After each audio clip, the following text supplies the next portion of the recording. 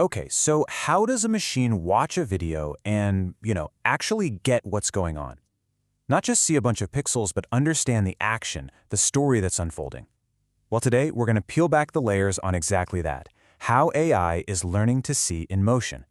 I mean, think about it. For you and me, the difference between someone eating a meal and someone rowing a boat is, well, it's obvious, right? But for a computer, a video is just this massive, overwhelming stream of pixel data. So how in the world does it get from that raw information to recognizing a very specific human action? The answer, it turns out, is both surprisingly simple and incredibly powerful. The real secret isn't just about throwing more processing power at the problem. It's about teaching the machine a very human-like skill, how to pay attention. Yeah, this whole concept is called an attention mechanism, and honestly, it's the foundational idea that has completely changed the game for modern AI. It's what allowed these models to understand context in a way they just never could before. This slide really shows you the core idea perfectly.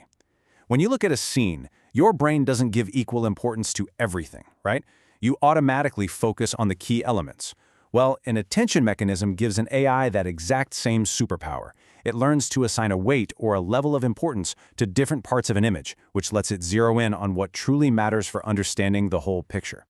But here's where it gets really cool. This ability to focus goes way beyond just identifying one object. It unlocks a much more powerful capability, generating a full, detailed sentence describing what's in an image. And this just illustrates it brilliantly. Look closely here. As the model generates each word in the caption, its gaze, that bright spot, is literally shifting. When it says bird, it's focused on the bird. For water, boom, it's looking at the water. It is literally looking at the evidence as it tells the story one single word at a time. It's amazing. So this powerful idea of attention wasn't just some minor tweak to existing systems. Oh no. It inspired a completely new kind of AI architecture, one you've probably heard of, the Transformer. This was the title of the groundbreaking 2017 research paper that introduced the world to the Transformer. And the title just says it all, doesn't it? Researchers realized they could build these unbelievably powerful models using only attention mechanisms and completely ditch the older, slower, sequential methods. It really did change everything. Now, while the Transformer was born in the world of text and language, it wasn't long before researchers had this brilliant idea. They thought, hey, what if you treat an image like a sentence? So they developed what's called a vision transformer, or a VIT. It basically breaks an image down into a grid of smaller patches and then treats that sequence of patches just like it would a sequence of words. And that brings us to the specific model we're digging into today, the Swin Transformer. It's a really clever evolution of that idea. Instead of looking at an image at just one fixed scale, it processes it hierarchically. It starts by seeing the broad strokes, and then it zooms in on the finer details, which is a lot like how our own eyes work, right? And this multi-scale approach makes it incredibly efficient and powerful, especially for a complex task like understanding a video.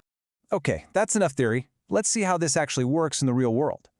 We're going to walk through the key steps of a real university assignment to build an action recognition model from the ground up, using this very technology. So the whole process really breaks down into three main phases. First, you got to get your tools. That's your data and your pre-trained model. Second, you have to get all the videos prepped and ready for the AI. And third, you customize the model for your specific goal. Every machine learning project on the planet starts with data. In this case, we're using a dataset called Kinetics 6th Mini. It's basically just a big collection of short video clips, and each one is labeled with a specific action. This is the textbook our AI is going to use to learn. All right, now as we start feeding this data into the model, we immediately hit a real-world problem: computer memory. You can't just dump all the videos in at once. It would crash. So you process them in small groups, or batches. For this assignment, a batch size of just 4 videos at a time is used, and it's for one simple reason: to keep the super powerful GPU from running out of memory. It's a perfect example of where the theory meets the limits of your hardware. And here's another fantastic, real-world headache you have to solve. The Swin Transformer model is built to expect video clips that are exactly 32 frames long. No more, no less. But what do you do if one of your videos is only 20 frames long? You can't just throw it out. The solution is actually really elegant. You mathematically stretch that 20-frame timeline to fit a 32-frame space. This has the effect of repeating some of the frames, which ensures the model gets the exact input size it's designed for. Pretty clever. So, we've got our data all prepped. Now let's talk about the model itself. We are not starting from zero. We're using a powerful technique called transfer learning, which just means we take an existing expert model and we adapt it. So, on one side, you have the expert. That's the huge pre-trained video Swin Transformer that already knows so much. And on the other, we build our little custom classifier. We just add a couple of new layers on top, like a dense layer to make the final decision and a dropout layer to prevent it from getting overconfident. And we only have to train those new parts. You know, this is the best analogy for it. Think of the pre-trained model as a world-class chef who already knows every cooking technique imaginable. You don't need to teach them how to chop an onion or how to sauté. No, you just hand them your restaurant's specific menu, in our case, our 3-action classes, and they can get to work right away. It's just so much more efficient. Okay, so we've gathered our tools, we've prepped our data with some clever little tricks, we've customized our expert model. But the big question is still hanging in the air. After all of that, does it actually work? All right, it is time to put our model to the test.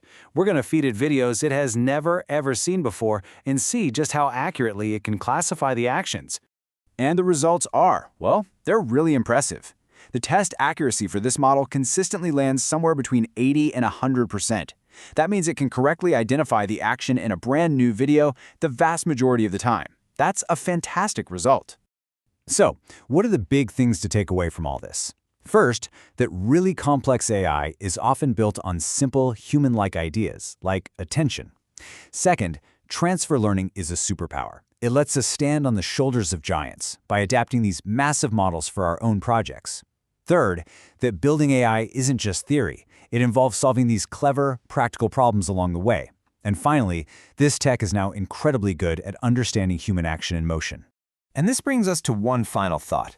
The ability for machines to understand action is not science fiction anymore. It is here. It is real.